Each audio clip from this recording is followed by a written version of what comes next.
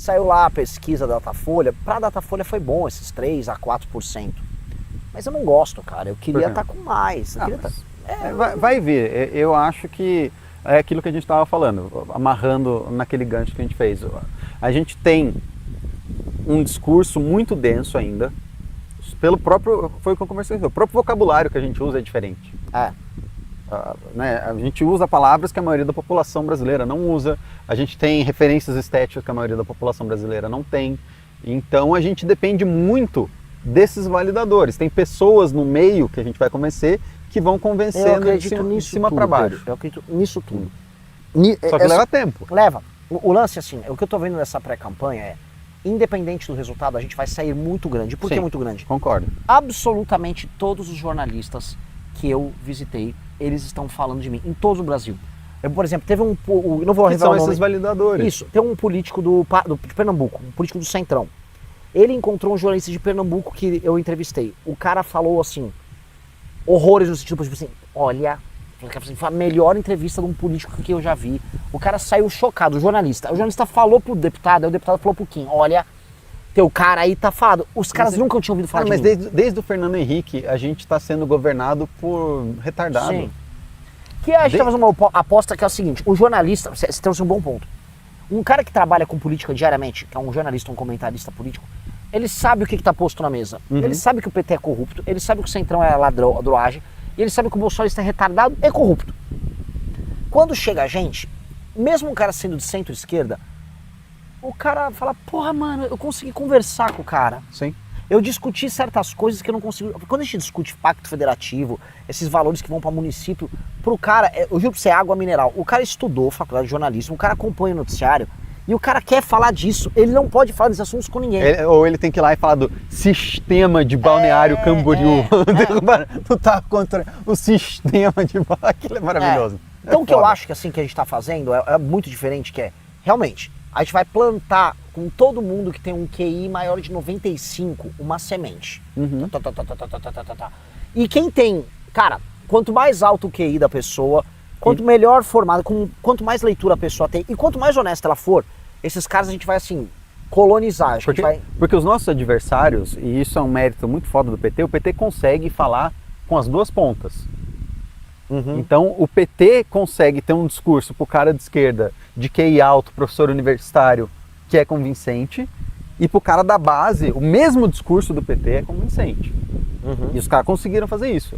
O nosso desafio é conseguir fazer isso na direita, porque eles fizeram na esquerda. Então o intelectual de esquerda mais bem conceituado e o cara do Bolsa Família lá na ponta, os dois têm o mesmo discurso do PT e consegue funcionar para eles. Sim. A direita que está com essa dissonância. Sim. E a gente tem que ser capaz de encontrar um discurso que seja universal na direita, igual eles encontraram na esquerda. Sim. Obrigado. E eu acho que assim, a esquerda fez algo. Se olhar, pessoal, procurem o nome do autor, eu esqueci esse autor, é um autor que tem uma tese bem interessante, que é a seguinte: no fundo, certas doutrinas radicais, o próprio comunismo, é sobre, vamos dizer, uma massa de pessoas de classe média com alta formação intelectual que se sentem alijadas a posições de poder, e aí existe toda uma ideologia que é criada para justificar a ascensão delas ao poder. Sim. No caso, o marxismo é essa elite ilustrada que se torna vanguarda revolucionária, ela fala em nome dos pobres, e aí ela ganha uma massa crítica para disputar a posição na elite. É tudo sobre brigas de elite. Eu tenho que lembrar o nome desse autor. Que ele diz que... Eu tava vendo no Twitter o pessoal falando isso, que a massa nunca faz as revoluções, é sempre uma elite sendo substituída por outra. E esse é o movimento histórico, né? E aí, por que eu tô falando isso? Porque o PT e as esquerdas no Brasil fizeram isso, pegaram uma elite brasileira dos anos 60 em diante, uma elite intelectualizada, que estava de poder. Exato, não mandava para valer, e deram um projeto para elas. Meio que a gente tem que fazer isso. Sim. É muito diferente do que o bolsonarismo faz, que é alimentar a base social. E aí o bolsonarismo é um grito que é meio inócuo. E na verdade, sejamos honestos, se a turma do STF, a turma do sistema, não tivesse no taiaiá, meio que eles controlariam tudo aqui, ó, na maciota. Porque a galera é muito ruim. Eles prenderam o Bolsonaro. E não tem a formação de uma nova elite bolsonarista, tem a formação da família Bolsonaro. né? Esses caras da nova elite bolsonarista, como o Bolsonaro é fratricida e autofágico, todos eles foram ficando pelo caminho. E o bolsonarismo foi fazendo questão de dar facada nas costas e trair todos, né? Achou o nome dele? Eu tô quase achando. O cara mandou que é o Jean Vaclav. Eu acho que é ele. Deixa eu ver como é que é. A lata dele.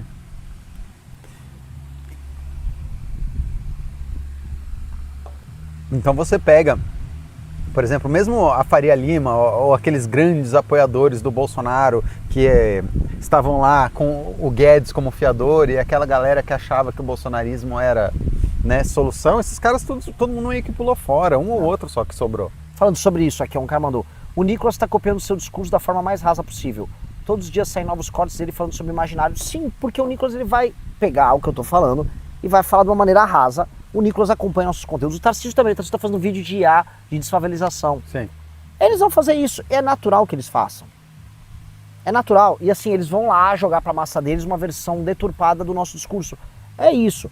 Mas vocês sabem disso e a maior parte das pessoas inteligentes sabem disso. E se for precisar colocar para falar isso com um validador inteligente, não será o Nicolas a fazer porque ele nem sabe o que ele está falando. Então, esse tipo de coisa antigamente me deixava agoniado. Tipo, estão roubando as nossas coisas e jogando, mas hoje não... Não, enquanto eles estiverem roubando as nossas coisas, eu acho melhor do que não... Exato. Porque se eles não estão criando nada novo. Não, e se as nossas coisas não são roubáveis é porque elas são uma bosta hoje em dia em termos de internet. Exato. Então, o que eles fazem isso, assim, não tenho dúvida. Eles fazem porque eles já não têm... Há um problema de falta de horizonte por parte desses caras. Eles, assim, acabou... O Trump já não tem muito horizonte. Que é o problema da crítica que eles fazem a gente. Vocês são um projeto de poder. Sim, a gente tem um horizonte porque a gente é um projeto de poder. Eles não são um projeto de poder. O Nicolas, se derem a presidência para ele, ele não sabe o que fazer. Ele não concebe o que fazer. Por quê? Porque ele não é um projeto de poder. Ele é um projeto de fama do Nicolas. O Bolsonaro é um projeto de permanência na máquina pública da família Bolsonaro. Dele, exato.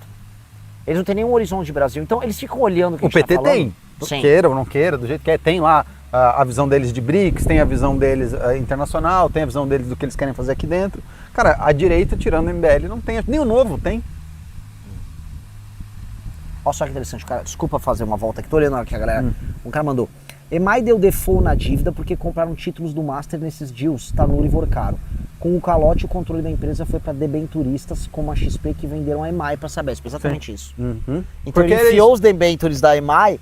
Claro, porque o lastro era eles inflando o valuation da empresa. Exato. Mas é engraçado, o próprio Partido Novo, por exemplo. Cara, o Partido Novo tinha toda a capacidade de fazer o que a gente fez com o livro amarelo.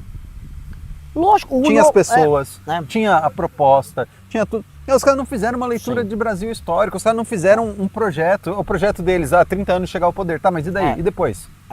Tanto que o projeto não tenta jogar com o Amoedo com um projeto liberal, vamos dizer, da galera do mercado financeiro. Mas mesmo assim não tinha era um projeto liberal assim, tipo, vamos desburocratizar o Brasil. Não era tipo assim, a política externa do Brasil para a próxima década precisa ser essa. O Brasil geopoliticamente e globalmente tem que se inserir dessa maneira. A gente tem que industrializar por conta disso. Não tem. Sim. Precisamos investir nesses setores específicos. Sim. Eu não acho que é só desburocratizar o Brasil e de repente a gente vai virar a Suíça. Exato. Era meio bobo mesmo. Tem um horizonte imaginativo que esses caras não têm. Eu acho que o que esses caras vão tentar fazer, um dos próximos passos, é ir pro novo. Nicolas, etc, eles vão pro novo. Tá rolando esse papo, né? Tá, eu acho que é um caminho natural e que eles levariam os deputados para o novo. Ele deixa de ser um novinho do Valdemar, né? Tira a mácula. Isso, e aí eles entram, aí o novo tem um cara dele, mas eu acho que o Nicolas vai querer o controle do partido para fazer isso. E eles não vão ceder. Então vai ter uma disputa. Então acho que, para mim, o que não está resolvido é essa disputa. Porque pro Valdemar, em algum momento, o Valdemar simplesmente lança ele também. Eles estão muito a cavaleiro nesse jogo. Mas não tem projeto, não tem nada, não tem horizonte. E a gente precisa criar o nosso. O lance do partido nos dá meios de ação muito maiores, meios de ação institucionais. E a infiltração que a gente está fazendo, que é uma infiltração de elite, vai gerar dividendos. Tem aí um outro elemento. Reparou que o mercado financeiro até agora não comprou o Flávio, com o Flávio praticamente empatado com o Lula no segundo turno. Sim. E não querem comprar o Flávio. Muito ruim, né? Nem os bolsonaristas querem comprar o Flávio. O Flávio cresce porque é um recall do nome dele, por causa Sim. do pai, e na verdade é uma queda do Lula. Sim. O Lula que tá passando, vamos dizer, maus bocados aí. E o mercado não compra, e, por exemplo, ele pediu o Mansueto publicamente pro Esteves dar, e não deu. E o Lula é tão arrombado que essa guerra do Irã é boa para ele, né? É. Faz aumentar o preço do petróleo, a balança comercial positiva brasileira, grande parte dela é petróleo, é agro e petróleo. Então significa que o Lula vai ter uma graninha extra aí para gastar em ano eleitoral. Deixa eu fazer uma pergunta. Ô, Riso, 90% de alta do cadê petróleo o contador? desde dezembro. Desde novembro, desculpa. Então assim, ele vai estar surfando um ano favorável de commodities ainda, o arrombado. Deixa eu falar um negócio que às vezes é meio desesperador. Eu fico ouvindo umas dicas assim, ó. Acredito que o Renan ainda tá muito nichado. Precisa aparecer com o povão para demonstrar que uma via possível. Sério? Sério que você acha isso? Igual o cara, Renan, você precisa fazer vídeos virais. É sério, eu tento todo dia. Eu tento As todo pessoas dia. não têm dimensão. Parece que assim, tem aqui ó, um vídeo viral e eu mas falo, o cara- não, eu não vou fazer. Não, Me dá esse vídeo que não é viral aqui. o cara quer participar, é parte do negócio. Tipo alguém que assiste Fórmula 1 e fala assim, cara, você tem que correr mais o seu carro. É isso. E, tipo, mas o cara, é que você tem que entender. Rubinho, por que você não passou o Schumacher? Você tem que entender que a pessoa que faz isso, o cara tá partindo de um ponto de angústia. Ele quer ajudar, ele tá fazendo isso porque ele quer te ajudar, mas ele não consegue conceber como te ajudar. É que isso me dá uma agonia, porque eu... Ele também tá agoniado, o mas, cara tipo, também não tá dá, eu agoniado. estou tentando, não dá. Outra coisa, eu tô falando de coisas que eu não vou fazer. Eu não vou ficar fazendo aqueles vídeos, tipo, batendo boca na rua. Beijando criança. Puta, com uma ironiazinha, uma brincadeira. Sim, assim, uma tudo coisa bem. clássica, né? É tipo um dia que eu comi pastel, né? Claro. Zoando e tal.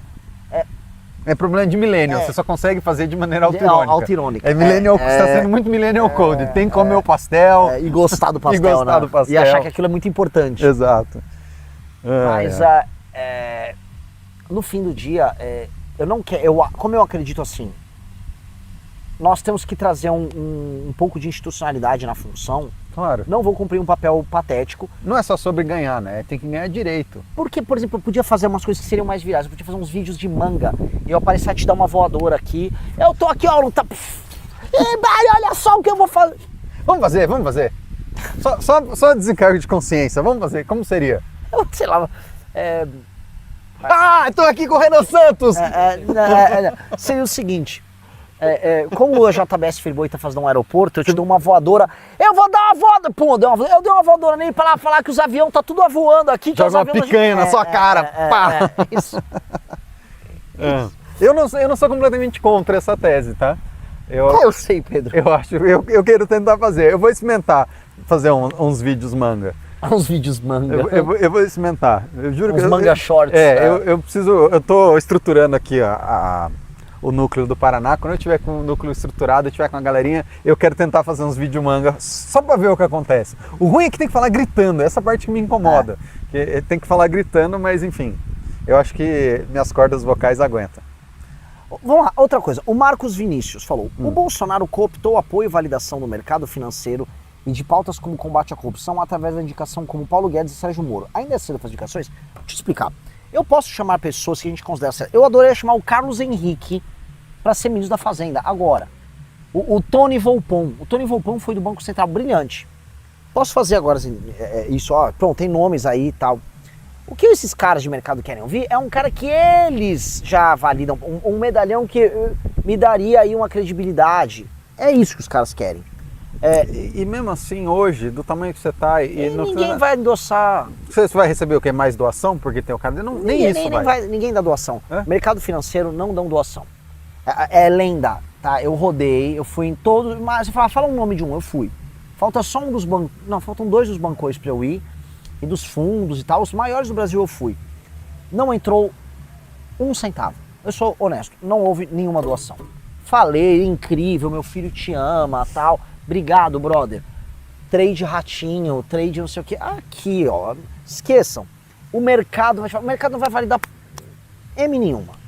Assim, nós precisamos crescer sozinhos e será de fato, sozinhos. a gente é outsider de verdade. A gente é outsider. De verdade. É isso. É realmente outsider em todos os sentidos. Então essa ideia que existe do tipo, não, ninguém, isso não vai fazer diferença agora. E é bizarro porque assim, o que torna a gente outsider é porque a gente está lutando de verdade pelo interesse da classe média, que ninguém defende. A gente é realmente o grupo que está preocupado com as pessoas que trabalham no Brasil. Sim. É de verdade, nós somos esse grupo. Só que a pessoa que a gente defende vira pra gente e fala: ei, por que vocês não se suicidam em nome do Bolsonaro? É isso. Sim. É desesperador. É tipo, você é o Batman, né? Você tá salvando Gotham City e você tá jogando merda em você. Mas é o herói que Gotham... Exato. Como é que ele fala? É o herói que Gotham... Não é o herói que Gotham merece, mas é o herói que Gotham precisa. É isso aí. Entendeu? Porque, cara, Gotham Gotham merece, velho. Porque a gente tá lutando pelo cara que paga a conta. Só que, né, quem ganha os dividendos desse cara que tá pagando a conta não quer que ele pare de pagar a conta. Sim. E assim, uma coisa que tá rolando, entretanto, eu abro meu TikTok e eu abro meu Instagram, eu tô vendo coisas novas. Eu realmente tô vendo, assim, uma moça, uma influencer nordestina de 28 anos, tem nada a ver com política me divulgando, até deu um RT nela. Como eu fui parar lá pra ela? Eu não tenho a menor ideia. Mas tem coisas acontecendo que já vão fundamentando a tese. Não dá pra achar que todo mundo no Brasil é idiota. Apesar de ter uma grande parcela, não dá pra achar que todo mundo é idiota, não é. Com certeza, eu tô nessa. E também eu acho o seguinte, eu não consigo achar que a mensagem que eu tô passando nesses vídeos que eu faço não sejam inteligíveis até pro idiota. Cara, é impossível. O problema da questão do idiota, eu não acho que o que você está falando não é inteligível. Eu acho que não existe uma identificação sentimental entre a maneira que você passa e o idiota.